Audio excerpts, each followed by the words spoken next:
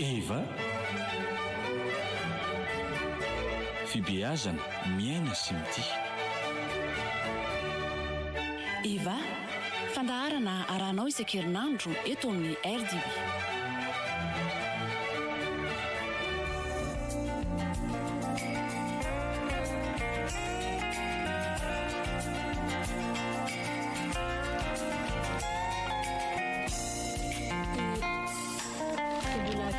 Falina trano iaraplanatsika mpanaraka ny fandarana eto amin'ny radio Don Bosco amin'izao alaka misy maraina zao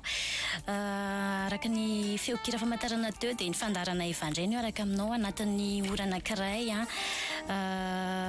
hitondra foto-kevitra vaovao indray tsika iaraka amin'ny voameran'ny eveka misahana fahasalamana izay efa vombonina iaraka hitafatafa amintsika sy fampizara aloha hevitra izay tena ilaitsika ny mandalina sy mahafantatra satria miantra manaina no resahantsika androany tsy adino miaraba ny teknisianina Bruno no miaraka amintsika androany very kosa ny eto amin'ny fanentanana dia avy hatrany ary dia hiditra amin'ny lohahevitra tsika ampatsahivitsika aloha ny lohahevitra mandritry ny taona hoe ho avy mendrika kokoa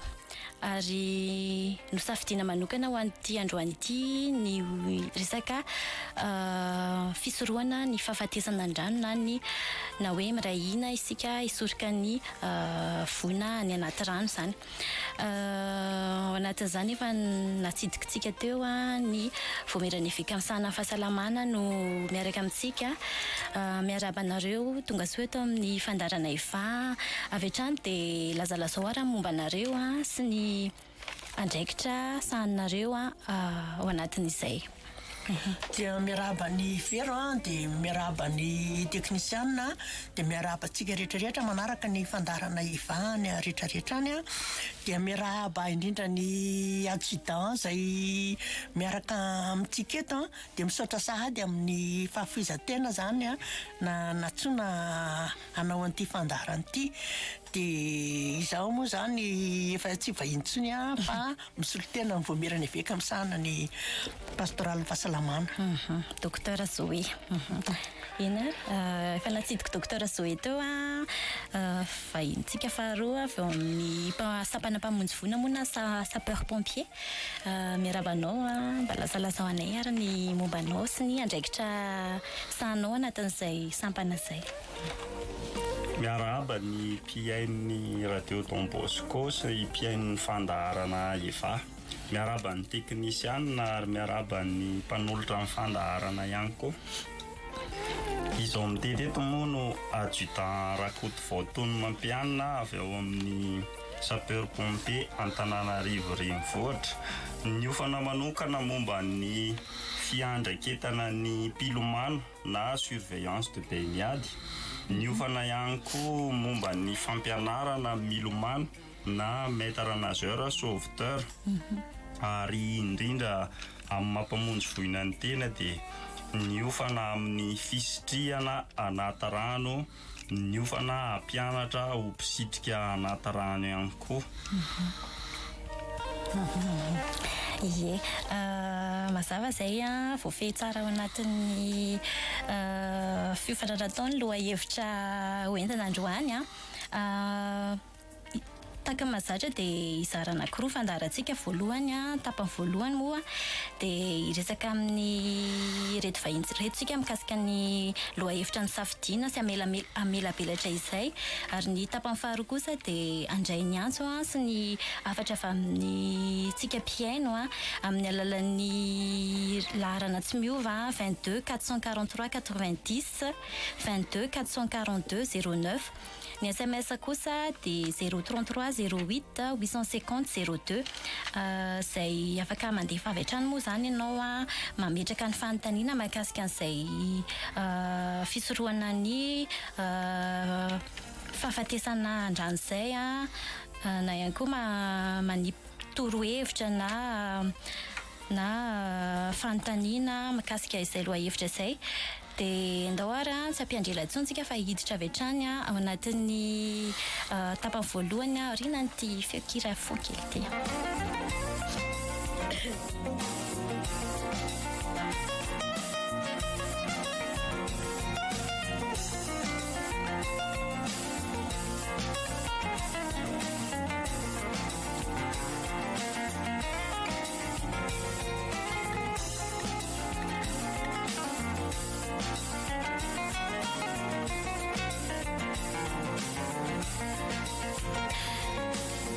Ary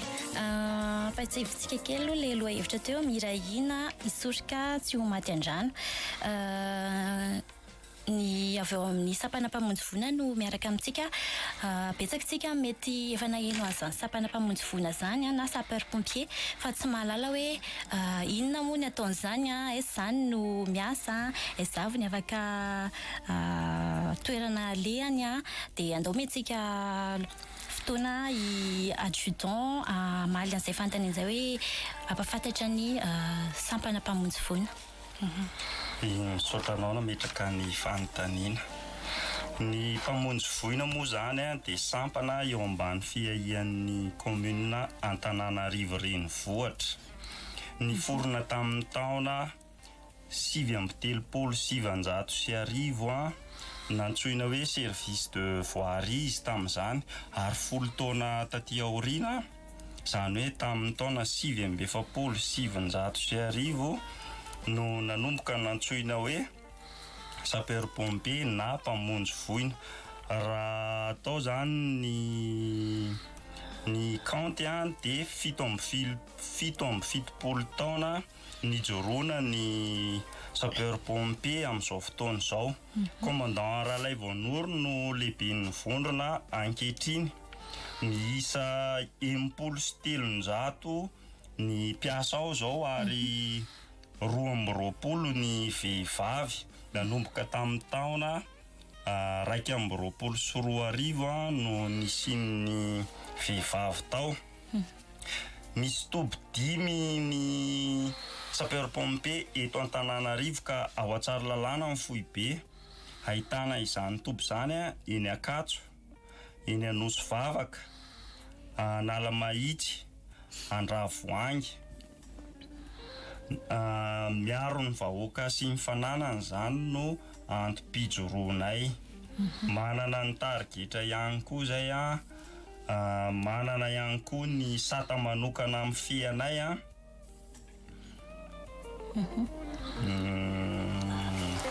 Voavaly daholo ve fanontanianao teo? Mazava tsara izay.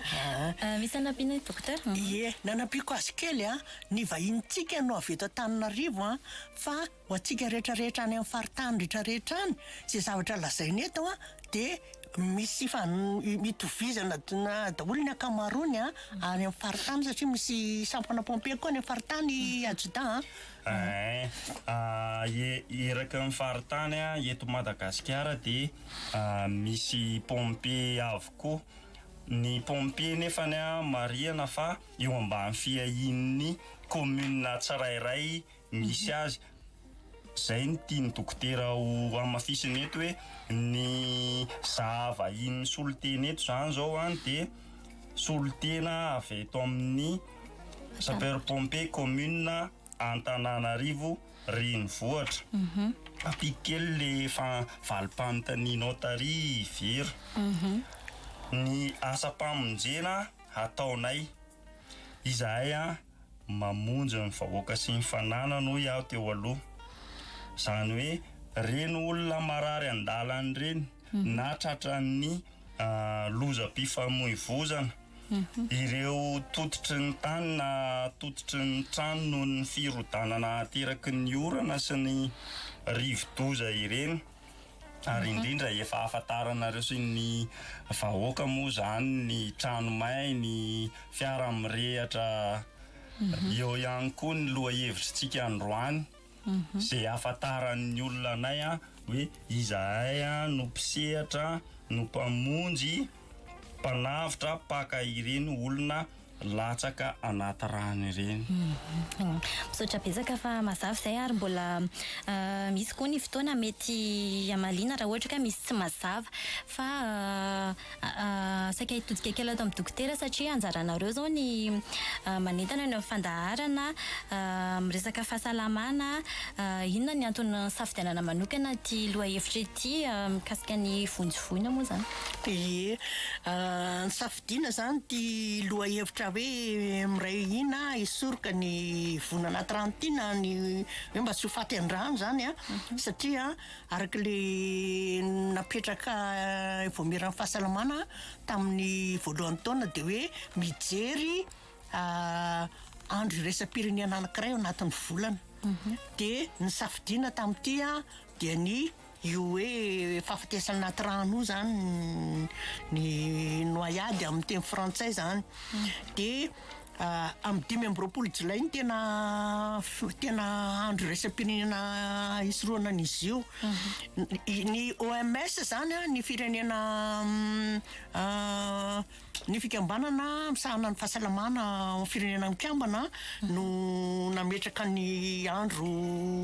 iraisam-pirenena io zany. Ny antony dia satria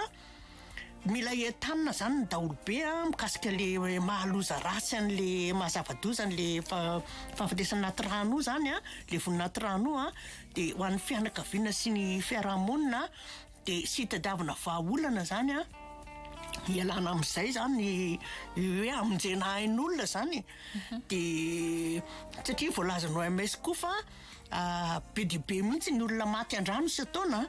Misy hatrany amin'ny telo hetsy zany. Misy hatrany amin'ny telo hetsy isan-taona ny olona maty an-drano dia ary antony folo lehibe mahatonga ny fahafatesan'ny ankizy le maty an-drano io. Antony tafiditra anatin'le folo lehibe zany. Dia tsika eto Madagasikara moa zany betsaka le antony le risque mety mahafaty an-drano ny ankizy sy ny olona zany voalohany indrindra aloha tsika voahodidina ranomasina. Dia manaraka izay koa betsaka ny renin-drano. Misy foana isan-taona tondra-drano.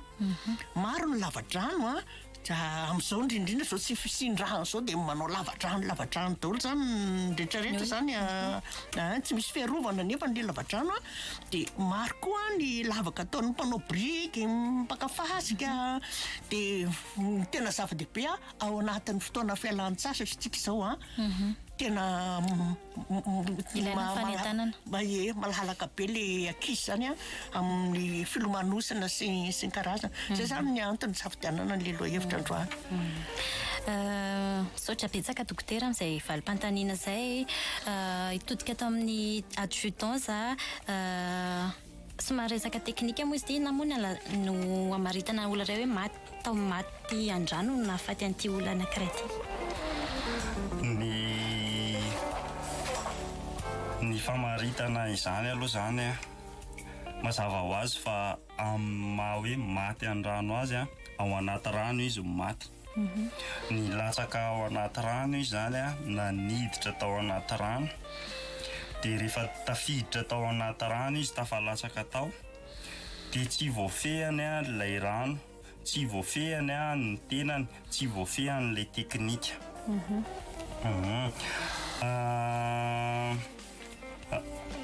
Rehefa mantatra azy amin'izay tsika hoe maty sa tsy maty dia tsy maintsy miainga foana amin'ny fizahana na fijerena ny fahatsiarovany tena. Mbola matsiaro tena ve izy sa efa tsy matsiaro tena intsony. Zahana sy jerena amin'izany ihany koa ny fiainany. Mbola miaina ve sa efa tsy miaina intsony. Jerena, tsy maintsy jerena amin'ny atsipiriany, mbola mitempo ve mifony sa efa tsy mitempo intsony mifony. Rehefa voajerinao sy hitanao zany ireo vao afaka mamaritra ianao hoe maty an-drano izy na tsy maty an-drano. Ary tsy azo tsinitsiniavana ihany koa ny faharetam-potoana ahafahana mijery zany hoe efa ela izy no latsaka tao anaty rano izay iarahantsika mahalala fa manodidina ny 30 sekondra 90 sekondra eo ny olona tsy mahazo rivotra iainana noho ny izy hoe tao anaty rano dia mety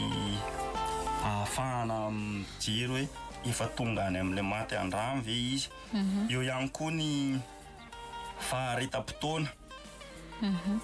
izay miteraka fiovana lehibe dia lehibe eo amin'ny vatan'olombelona.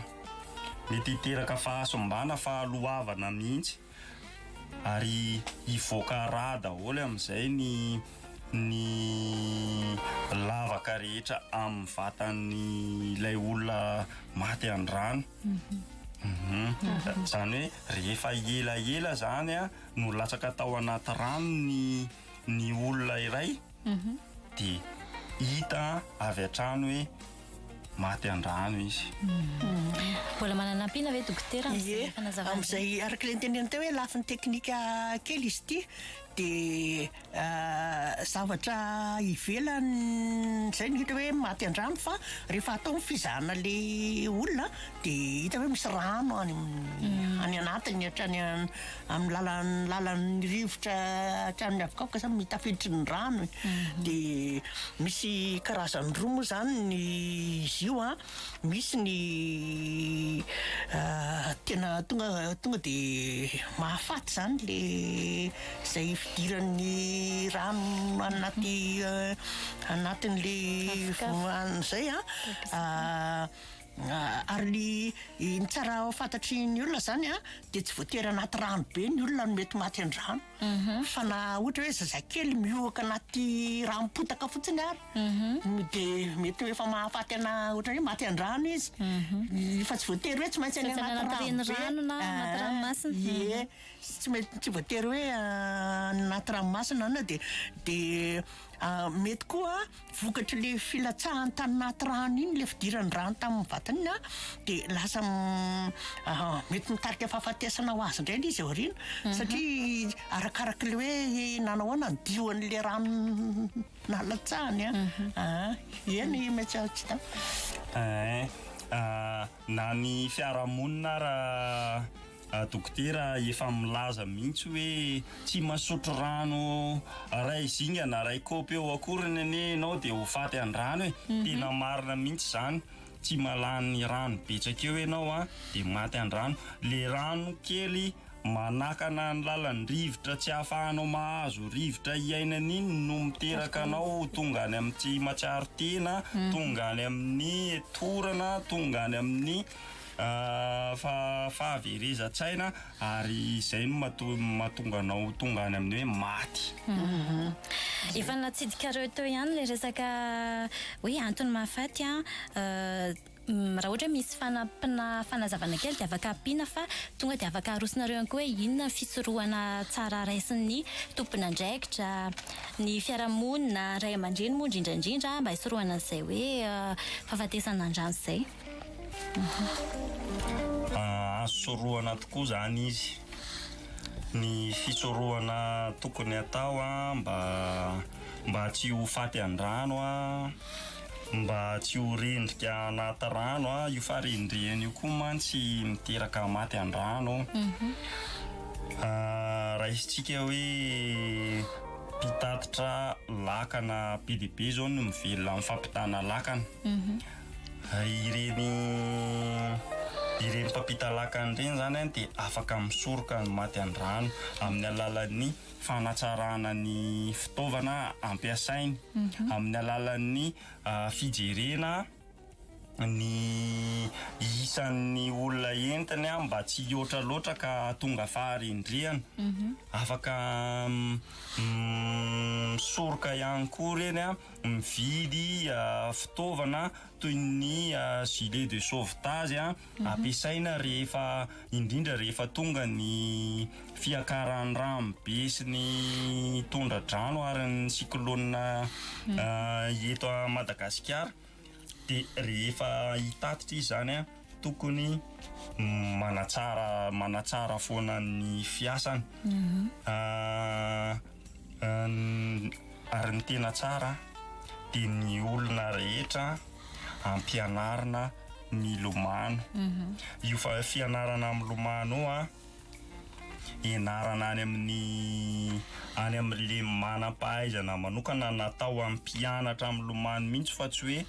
nahainy lomano zokina nahainy lomano le rahalahy na zandry dia iny ihany no mampianatra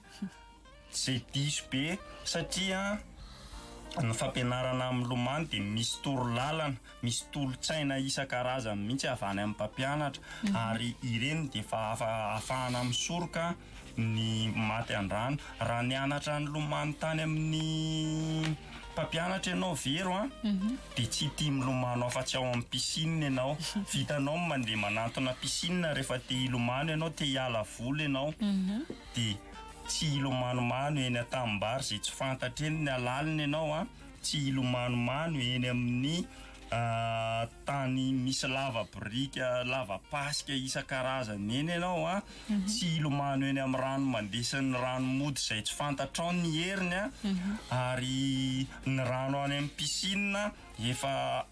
ampahafantarin'ny mpampianatra milomano hoe zao degré a ny hafanan'ity rano ity nefa ny rano ilomanomanosianao eny rehetra eny tsy fantatrao hoe firy degré tsy mifanaraka amin'ny vatanao zany ny hafanana hoentiny io dia rehefa miona amin'izay le mangatsika be sy le enao mafana iny dia eo ianao le maty an-drano dia dia hisorohana anazy ihany koa aza milomanomano a rehefa misotrosotro na mandraindray zava-mahadomelona fa reny mantsy ianao misotrosotro sy nandray zava-mahadomelona mirisitrisika be hoe sako vitako mifaninanina maninaninana ny namanao te hanao fampisehoana etseroa dia miteraka maty an-drano reny tsara ihany koa ny hitenenako an'ity anankiray ity hoe ny rano a eto Madagasikara zay manana ny fombany sy manana ny asany ka ny rano eto Madagasikara manakasina manana ny fombany dia tokony ho fantarina zany a ireny toerana sy ireny rano reny hoe aiza ianao zao aiza ianao ny ilomano inona ny fomba tany ao inona ny tokony atao inona ny tsy tokony atao izany zavatra zany a dingana tokony mampahafantarina ny mpiainy daholo hoe rehefa ilomano any amin'ny piscine ianao a dia azo antoka fa rehefa ilomano any amin'ny lakan-drano na eny amin'ny renirano eny ianao a dia tsy voafehanao tsy hitanao ny risika mbola mananam-pina kely manampy kely ahako satria niresaka tsika teo hoe inona le antony mahatonga ny risika moa zany mahatonga n'le fahafatesana anaty rano io dia raha fitopitinina zany amin'ny ankapobeny a manampy ny tenin'ny adjudant teo dia le taona le salatona hoe mila miambina tsara ny ankizy ny ray aman-dreny sady fisorohana le izy satria le ankizy zany araka le tenena teo hoe mbola tsy mahafehy izy an'le hoe iaiza ny loza mety loza amin'ity zany izy mbola tsy mahay milomano tsara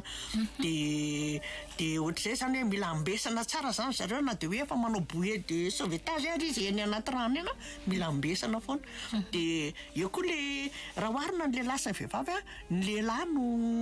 maromaro maty an-drano kokoa no vehivavy dia satria ny lehilahy zany avy roeny mihitsy ny fahafatesan'ny lehilahy maty an-drano noho ny vehivavy satria ny lehilahy zany mazava ho azy aloha zany sasà izy zany manao andreny lomanomano ery ananina rehetrarehetra reny ny bride na risy tonga dia mahavita milomano ny vehivavy mbola matatahotra mbola mitady mahia dia tsy samy mitsofoka dia sasà koa zany ny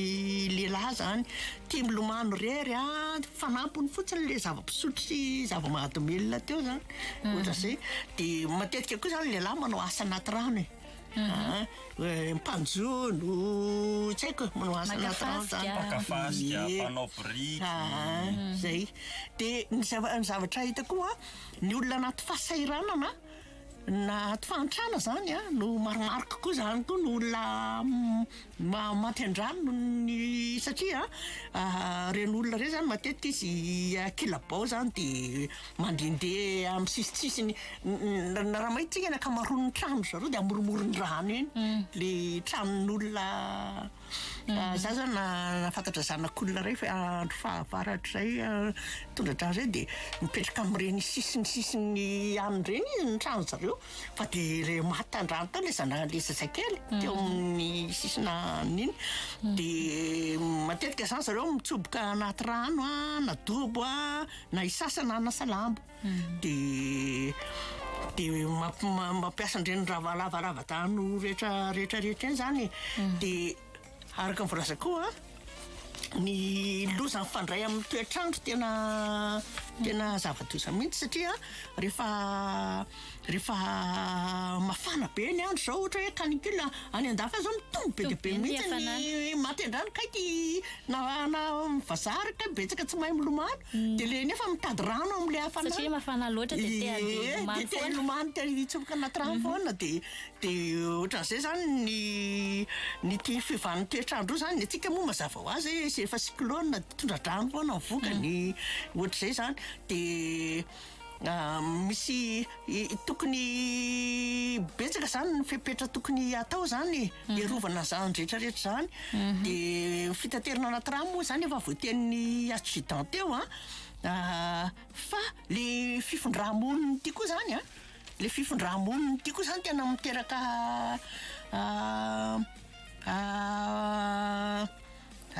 fahafatesana anaty rano be dia be satria ny anto-fifondram-monina moa zany dia nono ny voniady eo amin'le toerana tsy fandriam-pahalemana tsy fahamarinana toerana ara-politika toe-karena dia matetika zany le olo reny miampita rano be mihitsy izy mba hiala amin'le toerana mampidi-doza sy mana dia zay zany le efa voalaza teo daholo hoe be loatra le olona anatin'le lakana tsy misy fitaovana gilet de sauvetage mpitondra fitaterana tsy ampy fiofanana sy sisa dia zany azo lazaina hoe antony riska daholo zany ankoatran'le voalaza teo efa mandeha fotoana efa ho tapitra sady ny 3 minitra voalohany fa fantaniko farany alohan'ny dirana amin'ny tapany faharoa dia hoe ina le vonjena tokony atao raha ohatra hoe misy olona ina maty an-drano moa zany ina le premier secours moa zany sa ina no filazana an'izany le hoe fihetsika tokony atao voalohany raha misy olona ina mifaty an-drano ny fihetsika tokony atao zany ny ataovy ao an-tsaina voalohany aloha zany dia ny hoe miaro tena tsy ampiombo tsy ampitombo ny loza satria ianao raha tsy miaro tena ianao indray no latsaka manaraka anazy any raha tsy eritreretinao ny fisorohana amin'ny fitombon'ny loza dia hiampy le loza raha ray maty tao hiampy noho ny fitangoronana noho ny tsy fahafehezanao ny asa-pamonjena tokony atao ataovy ilaina atao an-tsaina foana ihany koa ny hoe mila mahay miantso vonjy na miantso vonjy eo atoerana eo amin'ny manodidina io na hiantso vonjy atelefona ampilaza ireo tompona andraikitra miandraikitra ny asa-pamonjena amin'io loza latsaka an-drano io ilaina hay sy ilaina atao an-tsaina foana zany ny tokony atao misy karazany roa tokony atao voalohany mamantatra ny tenanao ianao tsy voafehanao le asa-pamonjena dikan'izay tsy miroboka ianao mamonjy anazy ianao tsy maintsy mamonjy anazy satria ianao nahita tsy maintsy mandray ny andraikitra mifanandry sisa aza anao ianao fa ny ataonao tsy pahazo tady izy tsy pahazo sambrery izy na baolina na zavatra mety mitsingevana na le lakana eo akaiky eo no andehany mamonjy anazy aingana zay zany ny voalohany asa-pamonjena ataonao voalohany ny asa-pamonjena ataonao faharoa raha mahay ianao izay teneniko hoe raha mahay ianao marihana fa ny olona niofana sy mahay mafy ny asa-pamonjena anaty rano ihany no mandeha manao anazy io dia manao ny atao hoe fisarihana andomano na remorkage zany ilay olona mahay anazy io izy io dia teknika be misy riska be raha vao tsy voafy izay no mahatonga na amin'ny teny hoe mizara roa le izy natao an'ny ho teknisianina zany le faharoa, le voalohany a natao hoan'ny daholo be. De miezah mitady zavatra azo atsipy eny aminy eny. Mety hiteny ianao hoe aiza no ahitana tady, aiza no ahitana zavatra mitsingevana, fa io na dia ataoko hoe baolina fotsiny ara na tsipinao eny, baolina basket na baolina foot reny a, de efa ampy tsy ampiletika ny olona iray ao anaty rano iny. Ny tady indray tsy voatery hoe tady natokana be, fa na ny akanjo maromaro na ampifamatoranao eo atsipinao any de voarayana iny de sotomina amin'iny izy, na hazo na fil, de ampy ahavotra olona iray izay. Mandrapatonga ny mpiandraikitra manokana izay na nampanatsoina na natsoinao. Ianao afaka hoe sady manao an'le fihetsika anankiray ato no mampiantso olona hoe very za ny mpitady na ny baolina an'ity, fa ianao very mba afaka miantso pompier na gendarme na olona eo amin'ny fokotany afaka mifanampy amintsika amin'ity asa-pamonjeny ity. Tena ilaina mihitsy zay satria ny amin'izao mantsy efa misy an'ity telefôny ity de lozana maka sary fa tsy miantso vola. Ary zay mihitsy matetika hita eny an-dalana eny rehetra eny, na inona zava-mitranga, tsy le amonjy an'le olona no mahafatifaty sy mahaliana an'le olona, fa le aka sary de anao publication de hitady an'le j'aime kely sy ny coup de cœur isan-karazany. Nefa aina no vonjena nefa aina no lalaovana ao anatin'io. Mazava be zay efa mandeha fotoana fa efa maro koa ny SMS izahantsika ho valiana, manana fotoana kely tsika maranana ny tapany voalohany. De raha ohatra moa zany veroka hoe efa tafiakatra indray ilay olona de miverina ary amin'le ary aloha tary hoe jerena hoe matsiaro tena sa tsy matsiaro tena, miaina sa tsy miaina, mitepy sa tsy mitepy amin'ny foana. Raha matsiaro tena izy de ampazaho iaina. Ampazaho iaina izy ampaherezo izy resao izy afanao izy. Mety mangatsiaka izy esoriny ny akanjony de omeo akanjo izy na hitadavo firakotra izy de rakofa izy, raha ohatra hoa ka matsiaro tena izy. Raha ohatra kosa indray ka tsy matsiaro tena izy nefa miaina de misy le atao hoe PLS na position latérale de sécurité, izay adika amin'ny teny malagasy mahitso hoe fandry miorirana antokaina. Ary ny fahatelo raha ohatra izy ka sady tsy matsiaro tena no tsy miaina de manao ny réanimation cardiopulmonaire na ny massage cardiaque, izay ahitana ny 5 na 10 bosabosy omena rivotra amin'ny vava indimy avy hatrany zany ilay olona. Ampinao iny 30 na 30 tsindry eo amin'ny tratrany. Tsindrina in-30 omena rivotra amin'ny vava indimy io fihetsika roa io averimberina foana mandra-pahatonga ny mpamonjy voina na ny ambulance na ny dokotera nantsoinao na nilanao vonjy. Mazava zay raha tena zava-dehibe ny farany iny hoe ahoana ny atao rehefa tafavoaka anaty rano le olona anankiray, de misaotra indrindra mon adjudant tamin'izay fanazavana izay fa andaontsika hiditra avy hatrany amin'ny famaliana ny SMS voaray avy any am-piaino efa maromaro ihany izana ny amaly azy arak'izay tratra. Salama tompoko, mety misy mety vera ohatra ka efa mihoatra amin'ny 20 taona vao manomboka mianatra amin'ny lomano. misaotra anao nametraka an'ilay fanontaniana. Isika malagasy dia manana an'ilay fahendrena hoe tsisy tara zany mianatra e. Ny olona manomboka eo amin'ny mahay mahazo teny tenenin'ny mpampianatra amin'ny lomano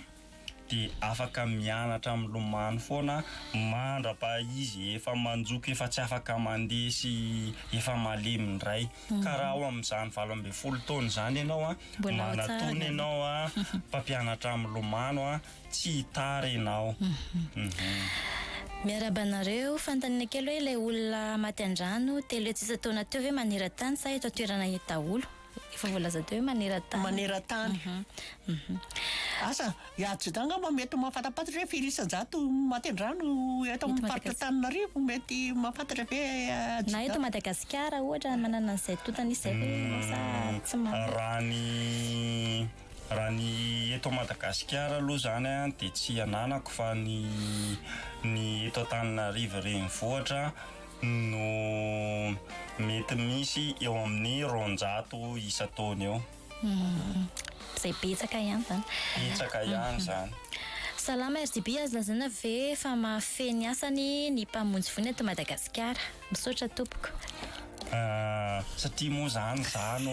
iantefan'ny fanontaniana amin'ny vatana dia hoe mahafeny asany tanteraka raha ny mpamonjy voina eto Madagasikara. Raha ny ao aminay manokana zao misy foana ny fiofanana izay atrehan'ny tsirairay. Misy ihany koa ireo mpiray ombinantoka avy any ivelany izay tonga mampiofana ao aminay indroa isa-taona zao izy ireo no tonga eto. Zany hoe feny dia feny tokoa zany ny fiofanana azon'ny mpamonjy voina raha hiteny aminao hoe ny eto Antananarivo renivohitra no resahana tena mahafehy tena manana ny traikefa amin'ny asa-pamonjena hatrehany sy ataony avokoa izy ireo. Namokely an'izay ahako mahafehy mihitsy ny mpamonjy voina fa tsy ampy satria alaivan-tsaina araka ny tenenin'ny adjudant hoe isaky ny commune tokony misy pompier nefa misy commune tsy manana sapeur pompier dia tokony anjaran'ny commune tsirairay zany no mampiofana mametraka an'izay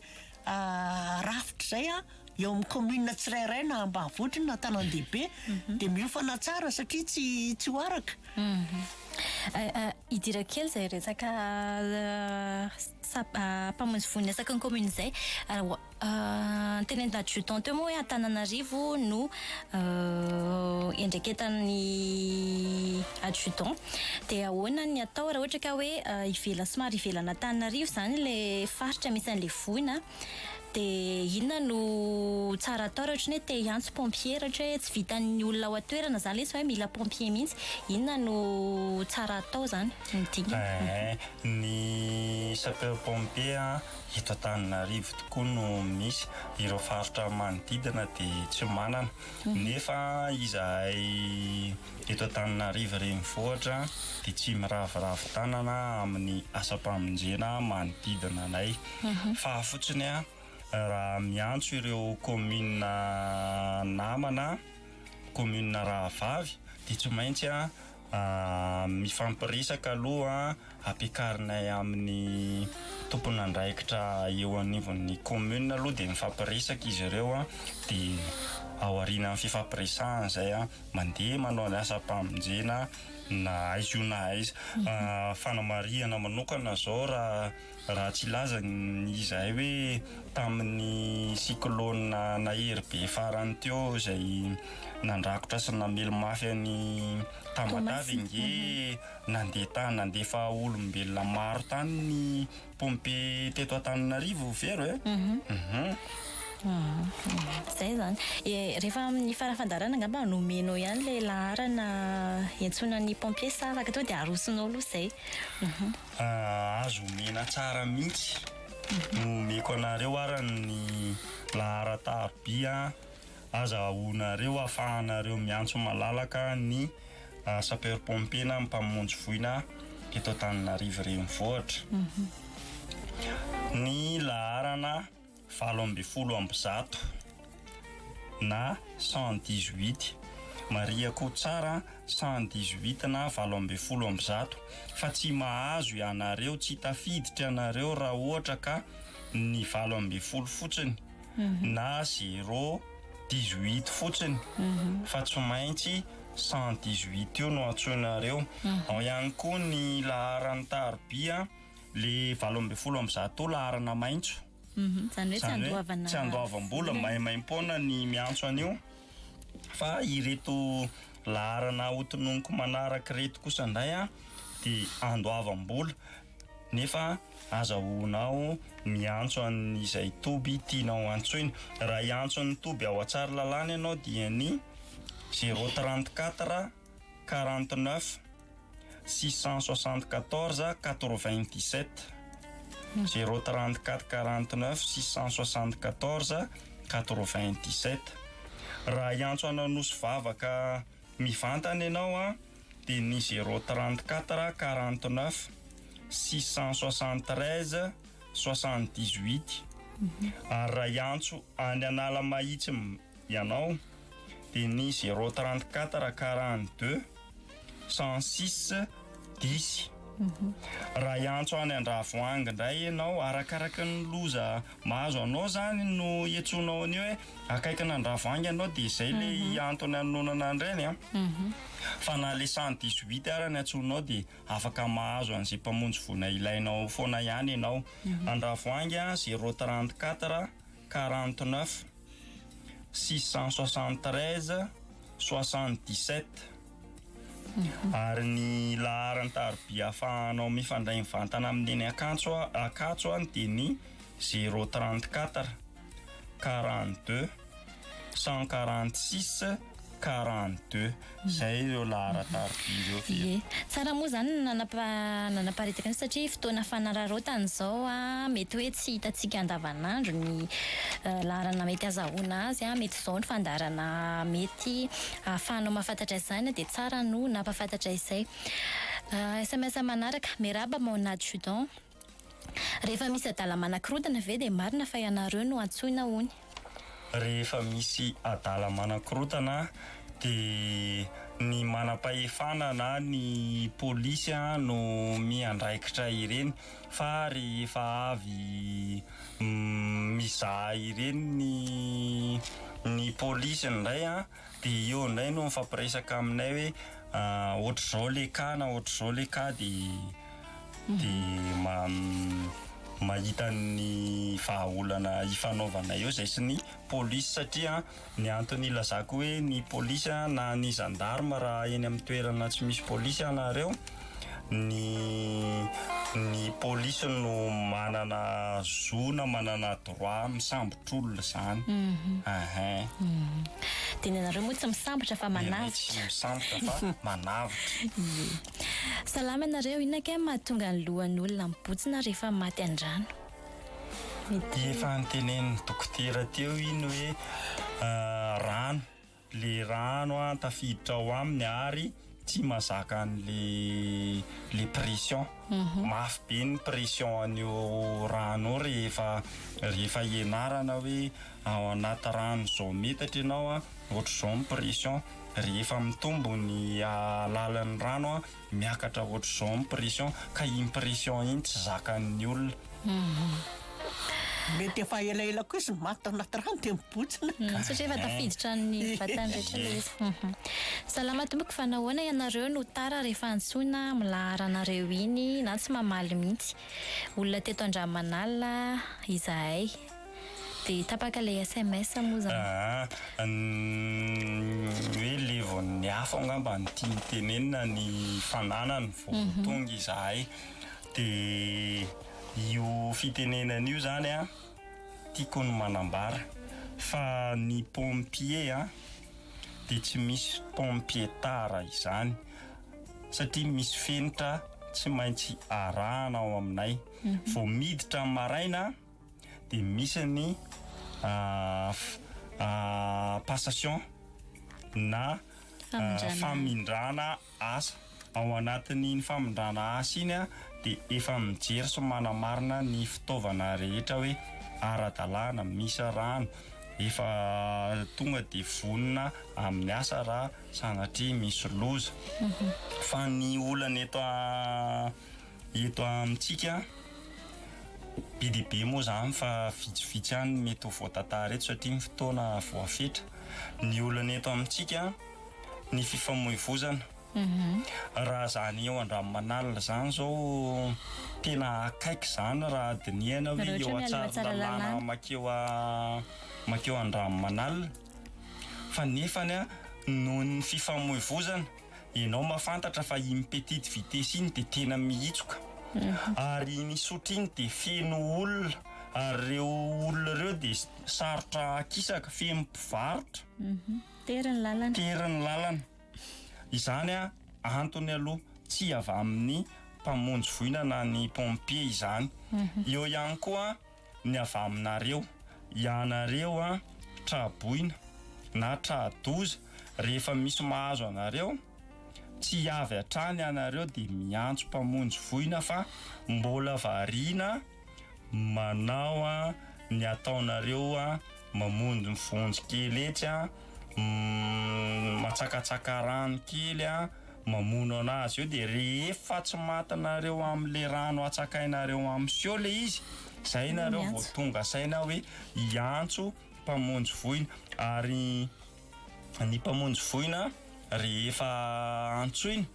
dia miteny amin'ny olona miantso mihitsy hoe ianao a no niantso voalohany teto a nampafantatra anay io dia manome ny lera hoe amin'izao ora zao ianao a io miantso dia afaka mandray lera ianao hoe afaka afiriny zay no tonga any dia le olona miantso rehefa tonga any zay tsy mbola nisy olona miantso mihitsy hoe niantso izy a dia miteny hoe tara fa ilay tsy nandray andraikitra ilay tsy niantso ilay nijery fotsiny ary indrindra ilay nanararoatra nangalangalatra sy ny taona ny entan'ny olona teo no miteny hoe tara fa ilay nandray andraikitra nandray telefônina dia niantso dia miteny hoe raha ny lerany antsoko teo tompoko dia tena vetivety anareo dia tonga raha jerena ny alaviran-dalana sy ny fahasarotan'ny fitohanana sy ny fahateren'ny lalana eto Antananarivo ka diso tanteraka zany amin'ny filazanao hoe tara ny pompe tsy ny pompe ny tara fa ny antso nareo no tara. Salama tompoko, ny ankizy matetika no maty anaty lavaka biriky ka tena marina ny hevitry dokotera teo hoe ny sahirana no be maty. Salama azafady indrindra dokotera, manao implant sandry aleo tsy misy idiran'ny lohahevitra fa lohahevitra manaraka angamba no valiany zay. Salama tompoko, za zao ny lomano dia vao difotra antratrako dia sepotra be za tsy mahay ve zany? Tsy mahay zany fa afaka atao mahay manantona mpampianatra ianao a dia ny lomano a dia misy sokajy telo tonga dia omeko anao le sokajy voalohany a ny fiainana anaty rano na ny atao hoe respiration dikan'izay matoa ianao sepotra tsy voafehanao io respiration io dia ny sokajy faharoa ny fitsingevanana na ny flottaison ny fahatelo a ny fivoya na ny fampandehanana anao rehefa milomano zany hoe ireo zavatra telo ireo no mila fehezinao raha vao misy ray-banga ireo dia sepotra ianao tsy mandeha ianao sahirana ianao mety ho faty an-drano ianao ka ny tsara averiko tena mariako tsara manatona mpampianatra milomano dia mianara. Adoavam-bola ve ny maka pompier sa asa maimaimpoana zany hoe nareo zany raha antsoina ve dia misy vola aloha avy eo sa hoe maimaimpoana leza? Ny asa-pamonjena ataon'ny pompier rehetra dia maimaimpoana avokoa. Eny ary Za tia Ambohimalaza raha sanatria misy voina dia iza no mba akaiky anay misaotra tompoko neny fara hony any Ambohimalaza hony izy. Maro ny asa-pamonjena efa nataonay sy nandehananay tany amin'izany Ambohimalaza zany ary na nilavitra noho izay izany ary efa nandehananay sy efa nivonjenay ka noho izany ny teneniko aminao dia hoe ny mpamonjy voina eto Antananarivo ihany aloha zany no afaka misehatra sy afaka mamonjy anareo raha hoe mbola eto Antananarivo ianareo. Ny olona manana tension sy aretin'ny fo ve docteur afaka milomano tsara mino fa afaka mamaly daholo ianareo amin'izay fandanin'izay. Ho raisiko alohan'ny idiran'ny dokotera amin'ny atsipiriany fa mety manana atsipiriany izy. Ny olona manana tension na manana aretin'ny fo dia afaka tezaina tsara ao anaty rano, afaka mianatra milomano tsara, afaka mitaiza vatana amin'ny alalan'ny lomano satria maro ny fanatanjahantena tsy azon'izany olona manana tension sy areti-po zany atao fa ny lomano kosa mariako manokana fa azonao atao tsara. Manana nampiana ve ianao dokotera? Misy ny manana tension dia efa mitsabo tena. Fa misy ny manana tension tsy mitsabo tena. Ary ny tena olana amintsika eto Madagasikara tsy mazoto mijery tension matetika. Matahotra hoe mampitahotra anay io dia ny sasany rehefa hita hoe misy tension be zao dia za tsy nampanafody tsy tiako zatra anio vatako zao dia any le olana am'le izy zany tsy le hoe misy tension anao ianao zany raha vao misy tension anao dia ka mihinana fanafody ara-dalàna dia afaka ataonao zay zavatra tokony ataonao. Fa ny olana zany ianao tsy mahafantatra hoe misy tension. Faharoa manaraka zay mahafantatra ianao misy tension fa ianao tsy mety hinam-panafody dia any zany le olana. Zay zany ngamba no eny ary efa mandeha ny fotoana amin'ny tapany minitra faraparany ihany moa zany izy fanentanana ao ataon'ny dokotera fa eto mpamaranana ny tapany faharoa sady farany Mona Tridon inona no afatra petrakitsika ho am-piaino indrindrandrindra ho fisorohana izany loza nanaty rano izany afaka apetraka ao ny afatra. Alohan'ny ametrahako ny afatra angamba very dia misaotra ny Radio Don Bosco na amin'ny sehatra anay mpamonjy voina toy izao ary misaotranao ihany koa vero niarany tafatafa teto, misaotranao dokotera ny fanampy tamin'ny torohevitra ahafahana manena sy misoroka ny loza anaty rano toy izao. Ny fanentanana angambany dia efa voalaza tao aloha tao ihany ampianaro milomano ny ankizy na ny ankohonana fa rehefa mahay milomano sy mianatra milomano any amin'ny mpampiofana maty any ireo dia ahay mankahala ireny rano na reny rano mety ampidi-doza ireny. Dia ny fianarana koa lova tsara indrindra aleo foana mahay toy izay anaonao foana dia manatona mpampianatra za tsy miteny hoe manatona nana manatona ny ery amin'ny piscine ohatra zao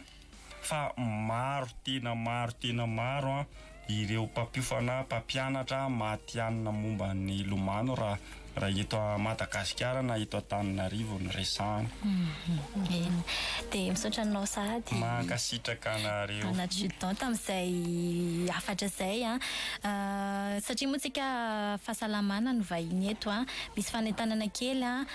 tsara atao indrindrandrindra amin'izao mbola misy valana aretina izao eto amintsika miko ny dokotera ny fanentanana mikasika izay. Alohan'ny andresaka an'izay dia misaotra betsaka ny adjudant zany amin'ny fiaraha-miasa dia sady manentana nisana mbaratonga koa isana mbaratonga pahefana mba samy andray andraikitra manomboka any amin'ny ray aman-dreny ka hatrany amin'ny sehatra rehetra satria trampo mihitsy amin'ny mpamonjy vony ary ny olona rehetra nefa rehefa mahay dia afaka mamonjy vony dia mialatsiny fa iova zavatra kely vetivety ny fantatsika moa zany fa mbola betsaka mbola miparitaka ny mpox amin'izao efa maro ny olona mandehandeha eny hitatsika misy botsobotsona reny ny tanana misy ohatr'izao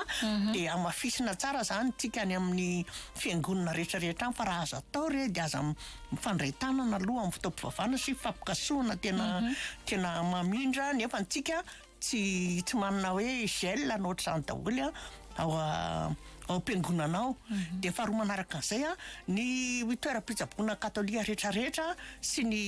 paroasy dia mba aleo mafisina kely ny fanentanana ny olona amin'ity mpox ity izay ngamba dia mila atao tatitra mankaty amin'ny voamera fahasalamana ny diosèse le zavatra vita inona no natao taizan'ny olona ny tanina firy ny olona voentana dia mba mangataka atsika anao an'izay saotra tompoko eny ary zay ihany koa ara no entintsika mamarana ny fandarana efa ho ny androany latsaka 3 minitra ny amin'ny 1:10 eto Madagasikara terana fankasitrahana ny vahiny adjudant Rakotovao docteur Zoé technicienne tsika pia indrindrandrindra zay nanaraka tsy tapaka sy nandray anjara tamin'ny fandarana androany mame fotoananao ho amin'ny manaraka indray azadino ny mihaino ny famerenana raha ohatra ka tsy naheno hatramin'ny voalohany ianao raha riba mivalo sasany ny famerenana fandarana dia aza misaraka amin'ny Radio Don Bosco mandrapitafa tompoko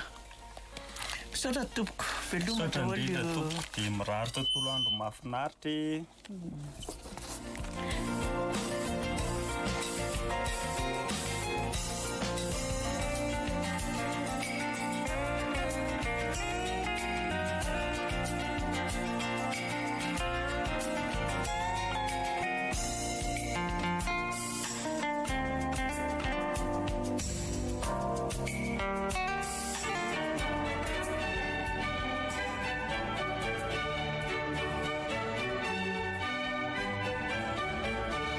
Eva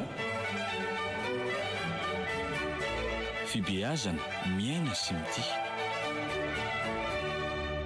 Eva fandaharana arahanao isan-kerinandro eto amin'ny RDB